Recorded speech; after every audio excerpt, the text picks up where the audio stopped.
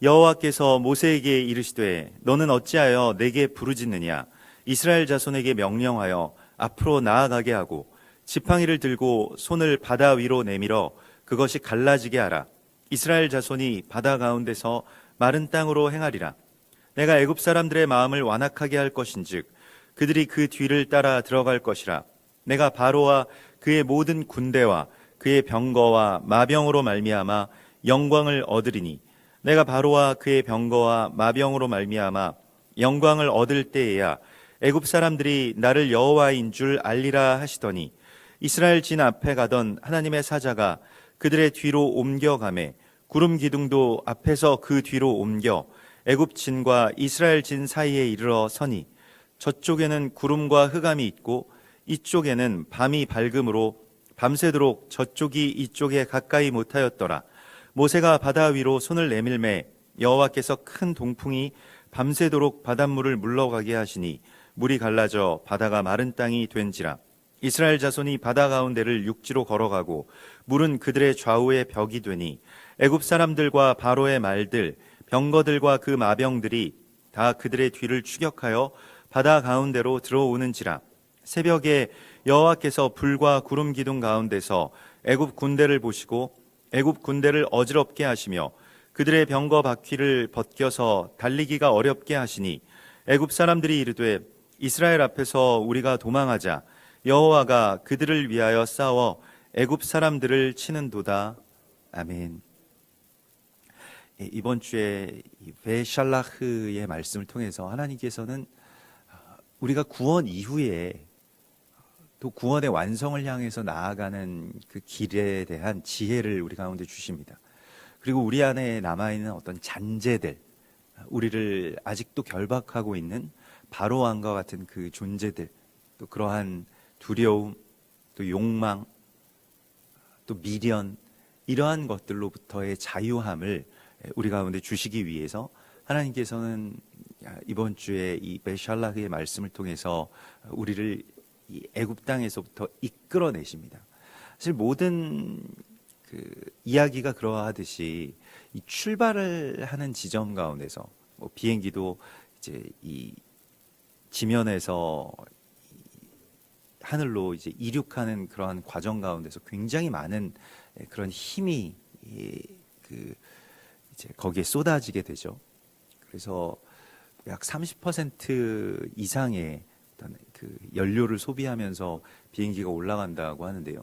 마찬가지로 이스라엘 백성들이 지금 노예의 삶에 400년 동안 갇혀 있다가 이제 하나님의 백성으로 자유자로 살아가게 되는 그 간격은 너무나도 큰 것입니다. 이게 점진적으로 구원이라고 하는 것이 참 이루어지면 참 좋겠는데 그렇게 될 수가 없죠. 뭐가 이렇게 섞인 채로 우리가 하나님 아버지와 또 바로 왕을 아니면 뭐 돈을 같이 이렇게 섬기면서 조금씩 하나님께로 이렇게 가까이 가면 좋겠다 이런 생각을 하곤 합니다만은 그렇게 될 수가 없죠.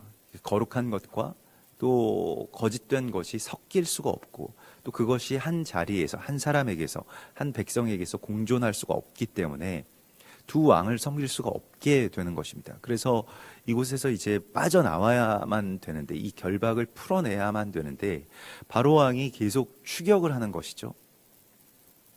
그래서 우리가 하나님의 이 말씀 가운데서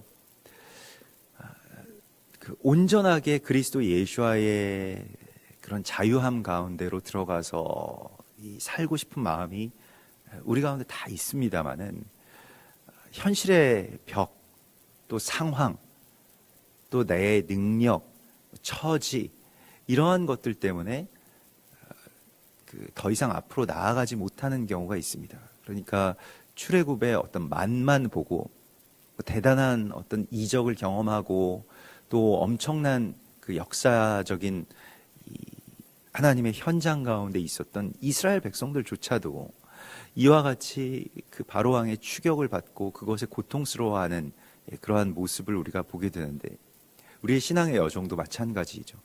은혜의 자리가 있고 또 굉장한 은혜를 받고 또 엄청난 이적을 경험한 그 이후에 계속해서 바로왕이 우리를 찾아내는 것처럼, 또 성경의 말씀에서 죄가 너희를 찾아내리라 라고 말씀하신 것처럼 계속 우리를 따라붙는 저 죄의 잔재들, 그것이 우리를 계속 위협하고 있는 것을 보게 됩니다. 우리가 그러한 상황이라고 하는 것을 알아야 함을 이 말씀 속에서 보게 됩니다. 그래서 오늘 15절의 말씀에서 너는 어찌하여 내게 부르짖느냐, 이스라엘 자손에게 명령하여 앞으로 나아가게 하라 라고 말씀을 하시고 있습니다. 이스라엘 백성들이 하나님 앞에 다 이렇게 부르짖었는데, 또 모세가 하나님 앞에 부르짖었는데, 하나님께서는 이제 백성들을 나아가게 하라 라고 말씀을 하십니다. 앞에 바다가 있는데 백성들을 나아가게 하라고 말씀을 하시고 있습니다. 그래서 움직이라고, 그리고 나아가라고 지금 말씀을 하십니다. 이 나아가라라고 하는 말이 나사인데요. 나사는 본래 장막의 말뚝을 잡아 뽑다라고 하는 그런 뜻을 갖고 있습니다. 이게 나아가는 것이죠. 그래서 여행을 출발하다, 나아가다, 앞으로 가다, 행진하다, 그러한 뜻인데, 무언가를 제거하다, 버리다, 이러한 뜻을 또한 갖고 있습니다. 그래서 우리가 이제 홍해 바다를 건너가는 법을 우리 가운데 말씀을 하시는데요. 먼저는 나아가는 것이고요. 그리고 그 다음에 이제 갈라지게 됩니다. 물론 하나님께서 그 앞에서 이렇게 갈라지게 해주시지만, 그러나 이스라엘 백성들에게 있어서, 모세에게 있어서는 순종이 먼저입니다.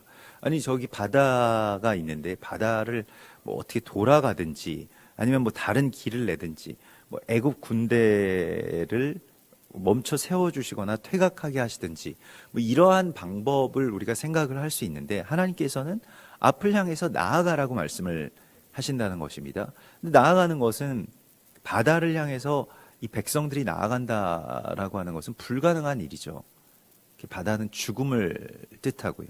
그냥 거기에 가면 그냥 더 이상 갈 수 없는 길이 여기서는 끊겼다라고 생각하는 곳을 향해서 나아가라라고 말씀을 하시는 이 말씀에 먼저 순종하는 것을 의미합니다. 그래서 이스라엘 백성들에게 이 출애굽기 19장에서도 하나님께서 너희가 내 말을 듣고 내 말에 대하여서 준행하면, 내 계명을, 율법을 준행하면 너희가 나의 백성이 되고 내가 너희를 제사장 나라가 되게 할 것이다 라고 말씀을 하시죠. 이스라엘 백성들이 그 말을 듣고 대답하는 것은 우리가 행하겠습니다. 뭘 행해야 되는지는 모르는데 아무튼 우리가 먼저 행하겠습니다 라고 하는 순종을 먼저 하나님께 드립니다. 그리고 듣겠습니다, 이렇게 되어 있다는 것입니다. 그래서 하나님께서 지금 말씀하시는 것이 바로 그 원리입니다. 순종에 대한 결단, 그리고 행함이 먼저라는 거예요.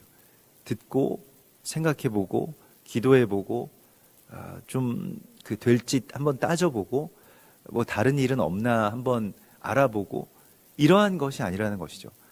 그냥 먼저 순종하겠습니다 라고 하는 것이 먼저이고, 그 다음에 하나님이 어떤 말씀을 주시든지 간에 그 말씀을 따라간다라고 하는 것입니다. 그래서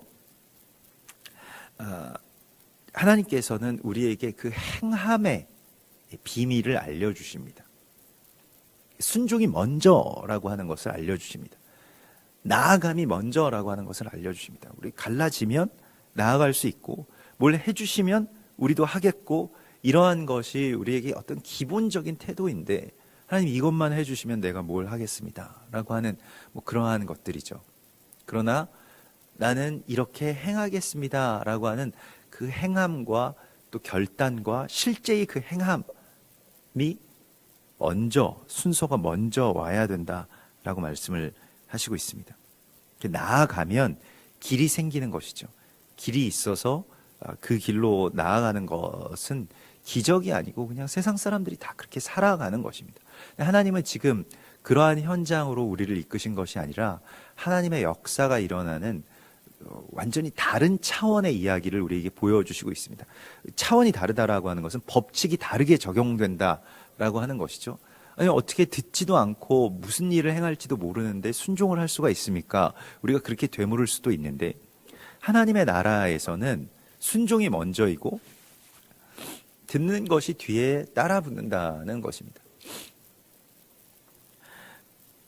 그래서 하나님께 그냥 부르짖고만 있는 것이 아니라 나아가라고 말씀을 하시고 있습니다. 사도행전 1장 11절에서 예수와의 승천의 장면 속에서 예수께서 승천하신 다음에 제자들이 그 밑에 서서 계속 그 하늘을 바라보고만 있었다는 것입니다.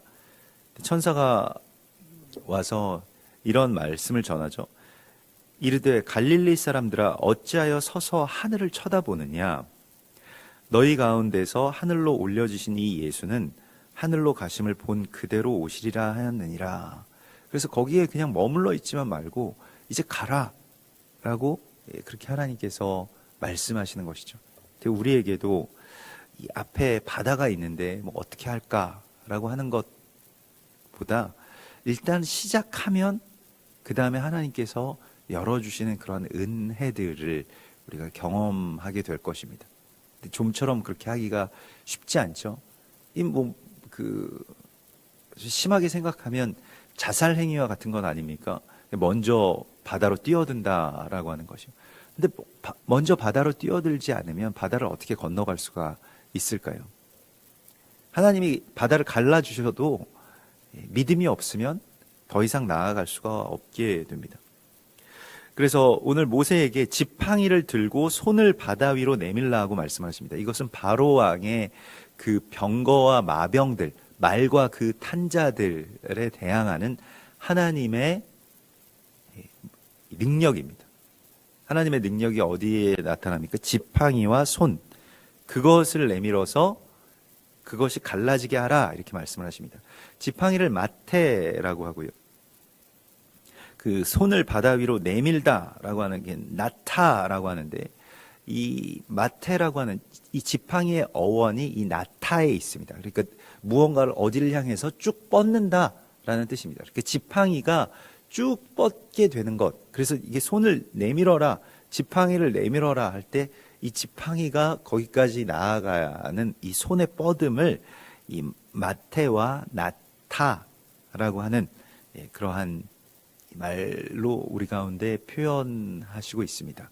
이게 무엇이냐면 어디를 향해서 이렇게 쭉 뻗는다, 펼친다, 이러한 것은 하나님께서 우리 가운데에 순종하라고 하신 그 순종의 본질이자 또한 이 어떤 막힘에 대한 돌파죠.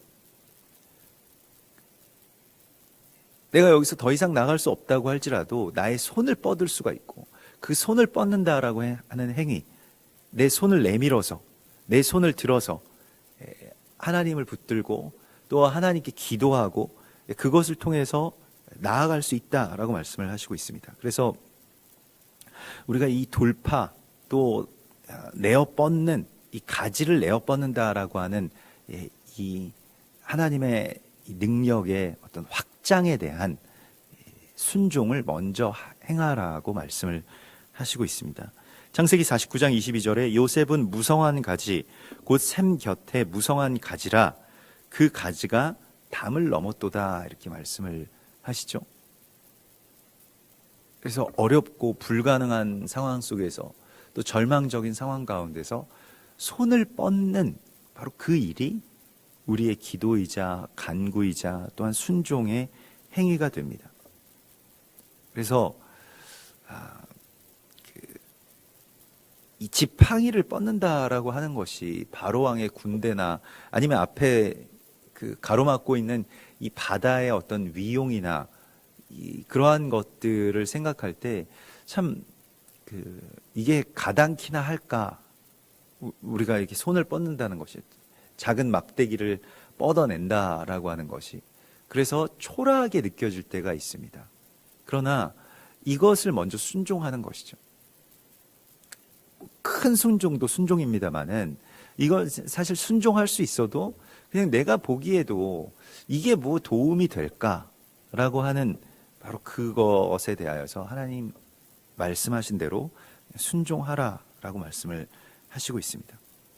그래서 이 손바닥과 바다의 어떤 이 차이, 그 면적의 차이는 뭐 비교할 수 없을 것입니다. 그런데 손바닥으로 지금 바다를 가르라고 말씀을 하시죠. 손바닥은 언약이자 또한 기도의 도구가 됩니다. 그래서 이것이 바다를 가르게 하라라고 말씀을 하시고 있습니다. 열왕기상 18장 44절에 이 엘리야의 이야기 가운데서 엘리야의 사환이 말하되 바다에서 사람의 손만한 작은 구름이 일어나나이다. 이르되 올라가 아합에게 말하기를 비에 막히지 아니하도록 마차를 가지고 내려가소서 하라. 이렇게 엘리야가 말하죠.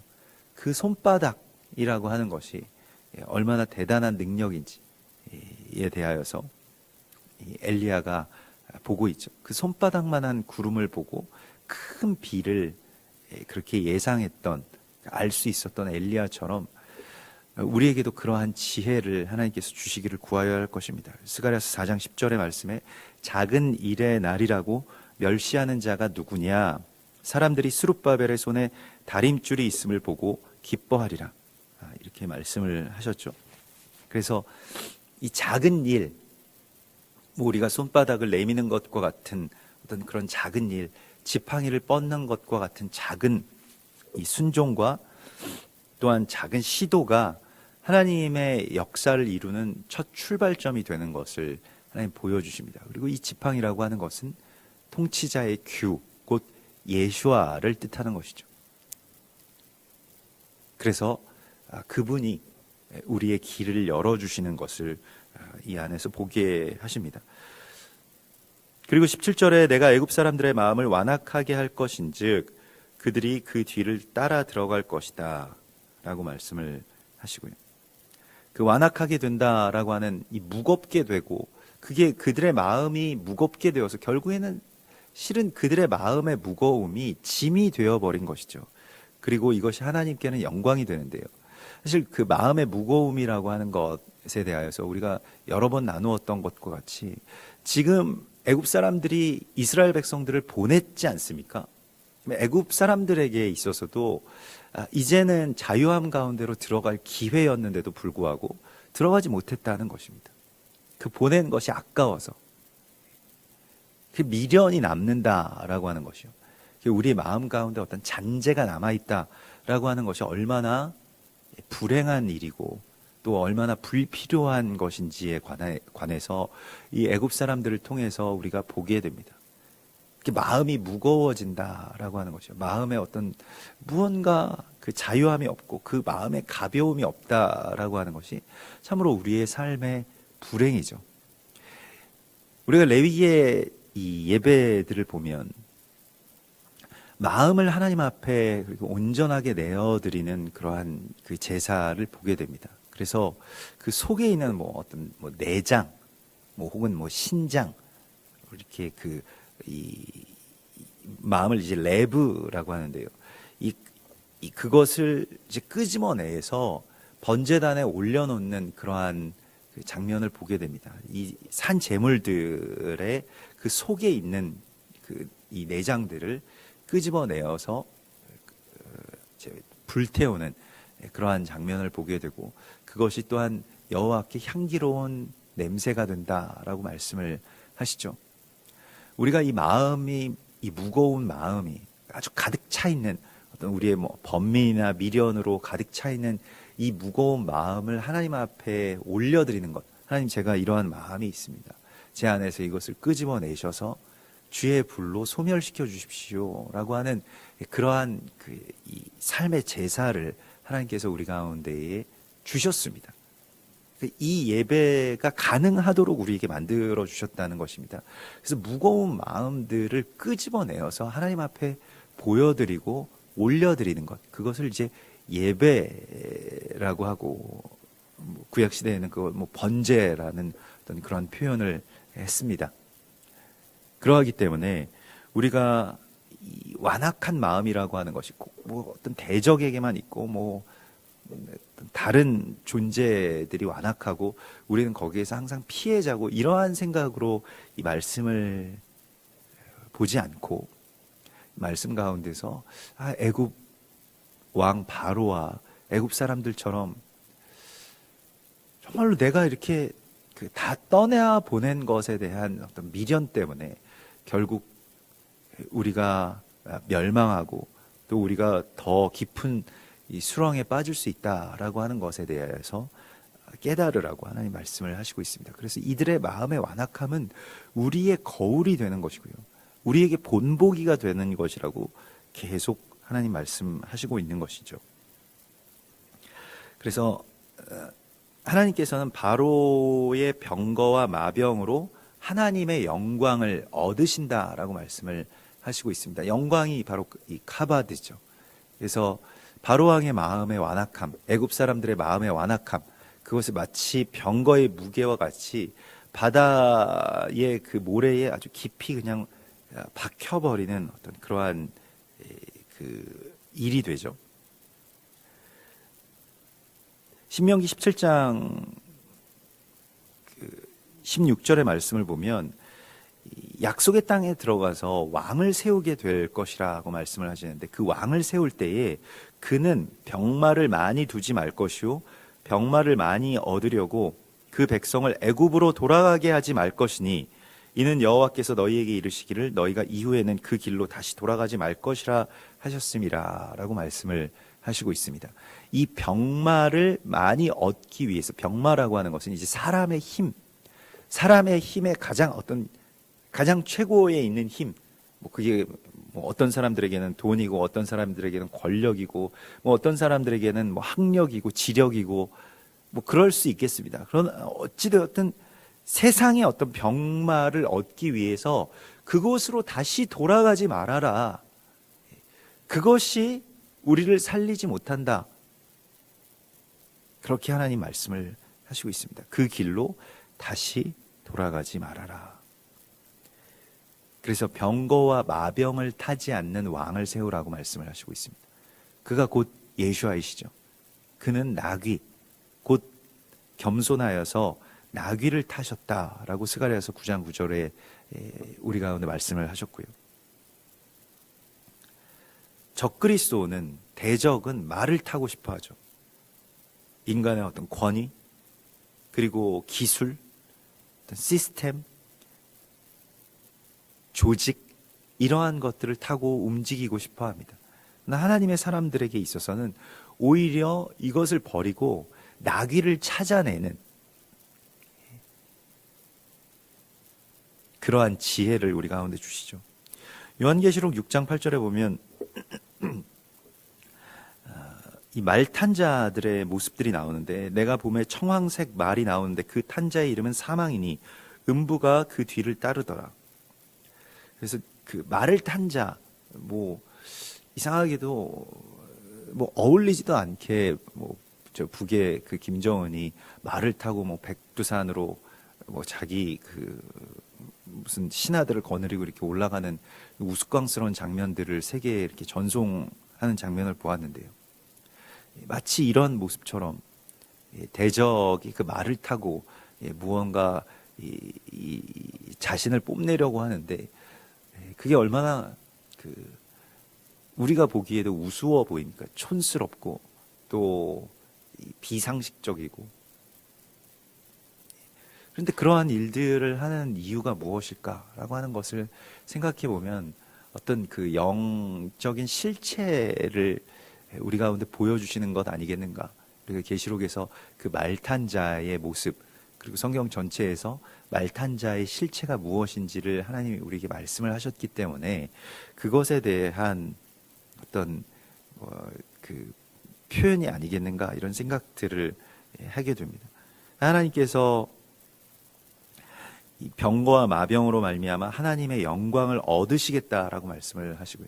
대적이 자랑하는 어떤 힘, 그리고 뭐 무기, 자신들의 어떤 그런 권세, 이러한 것들이 그들을 파멸시킬 것이고 오히려 그것은 하나님의 영광이 될 것이다. 그래서 영광을 얻는다라고 하는 것이 이제 하나님의 이름이 실제 이게 그 카바드라고 하는 것이 무겁다라고 하는 뜻 아닙니까? 근데 대적에 사용할 때는 또 우리가 우리의 마음이 뭐 무거워질 때 거기 어디에 무게를 두느냐의 문제라고 하는 것을 우리가 지난번에도 나누었었는데요. 하나님이 영광을 얻으신다라고 하는 것은 실제의 무게를 획득하신다는 뜻입니다. 그러니까 하나님의 영광이 그냥 뜬구름 잡는 어떤 고대의 전설이나 성경 안에 갇혀 있는 그러한 역사가 아니라 실제로 그것이 무게를 갖고 나타난다는 것입니다. 실제 상황이라는 것이죠. 하나님이 영광을 받으신다라고 하는 것은 실제로 하나님께서 말씀하신 것이 실현된다라고 하는 그런 뜻입니다. 그게 하나님의 영광입니다. 무게를 획득하게 되는 것입니다. 영적인 것 하면 우리가 그냥 뭐 우리의 실제의 삶과는 좀 관계가 없고 영향은 있겠지만 관계가 없다라고 생각하는 그러한 측면으로 우리가 보는 경우가 많이 있는데, 하나님의 영광은 실제의 삶 가운데 나타나는 하나님의 역사이십니다. 하나님이 대적의 그 가장 큰 실체보다 더 큰 실체로 나타나시겠다라고 하는 그러한 말씀이죠. 그리고 내가 바로와 그의 병거와 마병으로 말미암아 영광을 얻을 때에야 애굽 사람들이 나를 여호와인 줄을 알리라. 그래서 실은 애굽을 지탱하고 있는 이 무력의 이 본체가 바로 이 애굽의 기마병들인데, 그것이 가장 자랑하는 것이고 또 가장 믿을 수 있는 그러한 그들의 힘인데, 이 힘으로 말미암아서 하나님이 영광을 얻으시는 것, 그러면 이제 더 이상 애굽 사람들은 아무것도 할 수 없다라고 하는 것을 이제 깨닫게 되죠. 거기까지 이제 하나님께서 나아가게 하시겠다라고 말씀을 하십니다. 그리고 진 앞에 가던 하나님의 사자가 그 뒤로 옮겨가고요. 하나님의 사자라고 이렇게 표현되어 있습니다.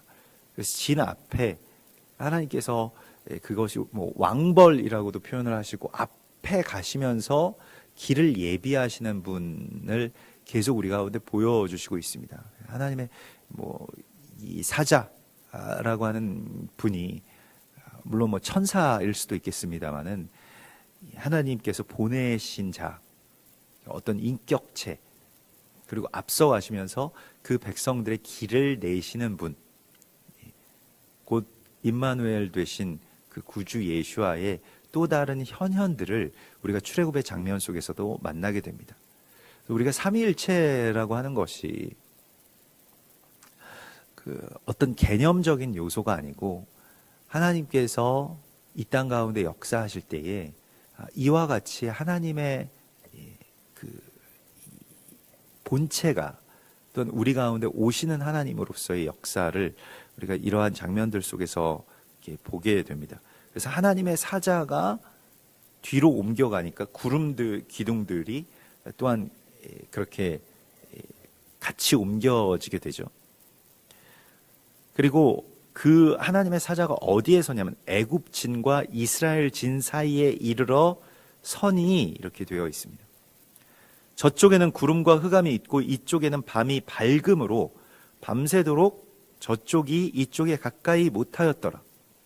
구름과 흑암으로 대적을 휩싸시고요. 그리고 이쪽에는 하나님의 백성 쪽에는 밤새도록 밝게 하셨다. 빛을 비추셨다라고 말씀을 하십니다. 그래서 이쪽에 빛이 있기 때문에 섞이지 못하였다는 것입니다. 어둠이 그 빛을 넘어오지 못하는 그러한 역사를 하나님 보여주시죠. 그리고 애굽 진과 이스라엘 진을 분리시키십니다. 섞이지 않는 것, 구별하는 것, 이것이 이제 거룩이죠. 그리고 하나님이 나타나시는 방식인데, 고린도서 6장 14절에 너희는 믿지 않는 자와 멍에를 함께 매지 말라. 의와 불법이 어찌 함께하며 빛과 어둠이 어찌 사귀며 그리스도와 벨리알이 어찌 조화되며 믿는 자와 믿지 않는 자가 어찌 상관하랴라고 말씀을 하십니다. 그게 조화를 이루고 섞일 수 있다라고 미혹하는 것이 대적이죠. 섞일 수가 없는 것입니다. 애초에 그 빛과 어두움이 섞일 수가 없는 것입니다. 자꾸 섞으라고 이야기를 하죠. 혼합하라고 이야기를 합니다. 그래서 성별도 섞고 종교도 섞고 다 섞으라고 이야기를 하죠. 그러나 하나님의 영광과 거룩은 이 구별을 통해서 드러나게 되는 것입니다. 구별하는 것이죠. 자꾸 우리가 구별하는 것이죠. 시간을 구별하고 공간을 구별하고 우리의 마음을 구별하고 계속해서 그것과 우리가 구별되는, 산자와 죽은 자가 구별되는 그 자리를 보라고 말씀을 하십니다. 이게 참 미묘한 지점에 있죠. 구별한다라고 하는 것과 또한 분리시킨다라고 하는 것, 하나님께서 하나가 되게 하신 것을 우리가 또한 분리시키는 것은 또 우리에게 있어서의 또 다른 미혹이기 때문에요. 그래서 하나님의 말씀 그대로 순종해야 되고, 또 그러한 것들 가운데 이제 하나님이 구별하라고 했어 라고 해서 그 말하자면 율법의 죽은 그 조문 가운데, 비문 가운데 갇혀서는 또한 안 되는 것입니다. 하나님께서 그냥 분리하라고 했어 라고 해서 그냥 이방인들을 다 배척해 버리게 되면 우리가 그냥 거룩해질 것이다 라고 생각했던 그 바리새인들과 그 서기관들의 뜻이 실은 잘못된 것이죠. 또 하나님께서는 그들을 향해서 나아가라고 말씀하시고 그들을 구원하라고 말씀하시는 그 말씀을 또 들을 수가 없게 되죠. 그래서 이 분별한다는 것, 분리한다는 것, 또 연합한다라고 하는 것, 그것이 양날의 검처럼 우리에게는 이게 우리의 어떤 이 판단과 어떤 기준을 이렇게 세워서 할 수 있는 것이 아닙니다. 그러면 이 안에 대하여서 하나님께서 그때그때 말씀하시는 대로 내가 순종하겠습니다 라고 하는 이 원칙을 세워놓으면 되겠습니다. 그리고 또한 그럼에도 불구하고 우리에게 있어서는 구별하라 라고 말씀하시는 이 말씀 가운데 순종하는 것, 또 때로는 연합하라, 그것을 네가 먹으라 라고 말씀하실 때에 그것을 먹을 수 있는 그 순종을 또한 하나님께서 우리 가운데 요구하신다라고 하는 것이죠. 그래서 그것이 때로 내가 생각한, 내가 믿어왔던 신념에 반한다고 할지라도 하나님이 그렇게 말씀하실 때 그것을 순종할 수 있겠는가라고 하는 것을 다시 하나님이 우리에게 지금 보여주시고 있습니다. 그래서 이스라엘 백성들과 이 대적의 진영을 이렇게 구별하시고, 그리고 모세가 바다 위로 손을 정말로 뻗죠. 이것은 쉬워 보이는 일입니다만은 실은 이게 뭐 아무런 어떤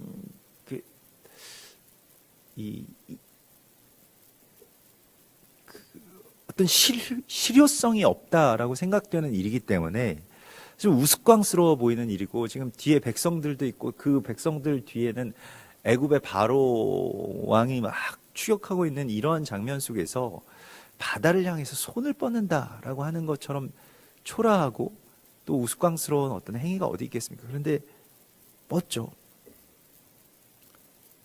그리고 여호와께서 큰 동풍이 밤새도록 바닷물을 물러가게 하십니다. 동쪽에서부터 불어오는 이 바람이라고 하는 것이 이제 루아흐, 주님의 그 생기, 주님의 호흡, 주님의 바람, 주님의 성령이 되겠죠.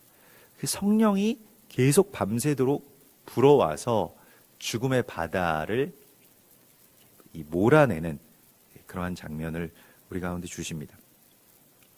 지금 이 장면은 새 하늘과 새 땅을 창조하실 때에 하나님께서 이 창세기 1장에 보면 그 바닷물을, 천하의 물을 한 곳으로 모이게 해서 묻히 드러나게 하시는 그런 장면을 우리가 보거든요. 그래서 하나님이 천하의 물이 한 곳으로 모이고 물이 드러나게 하시고, 또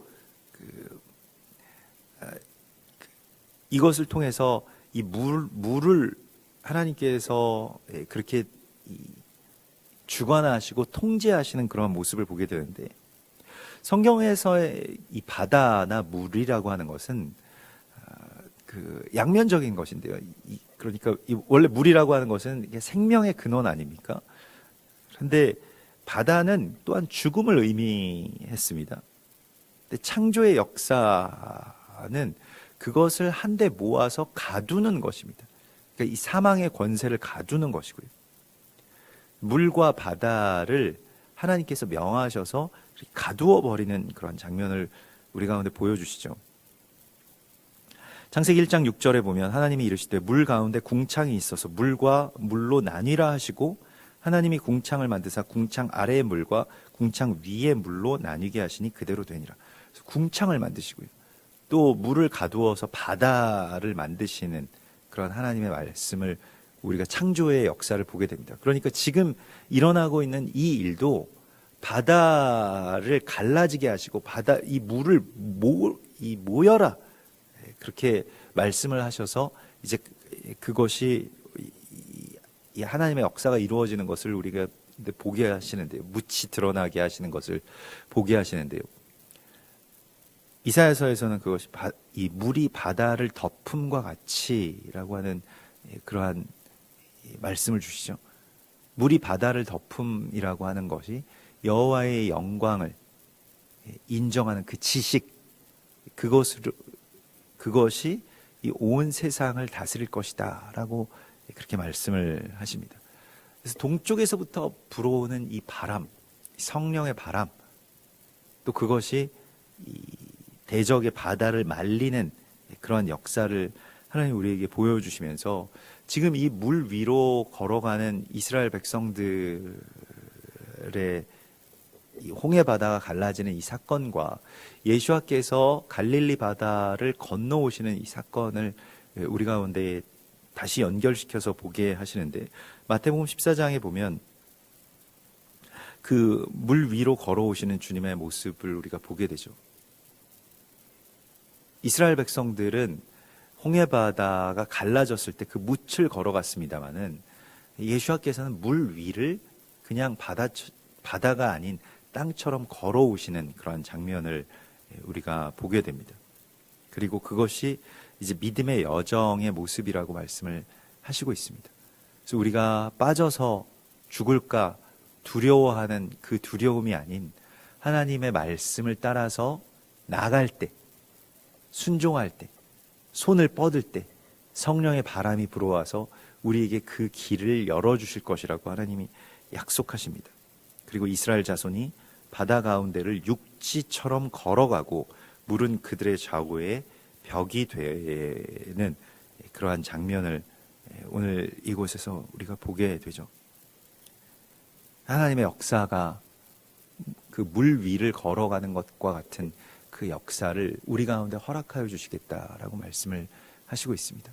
이때에는 베드로가 그 물 위를 그래도 잠시나마 걸어갈 수 있었던 것은 주님을 바라보았기 때문이고요.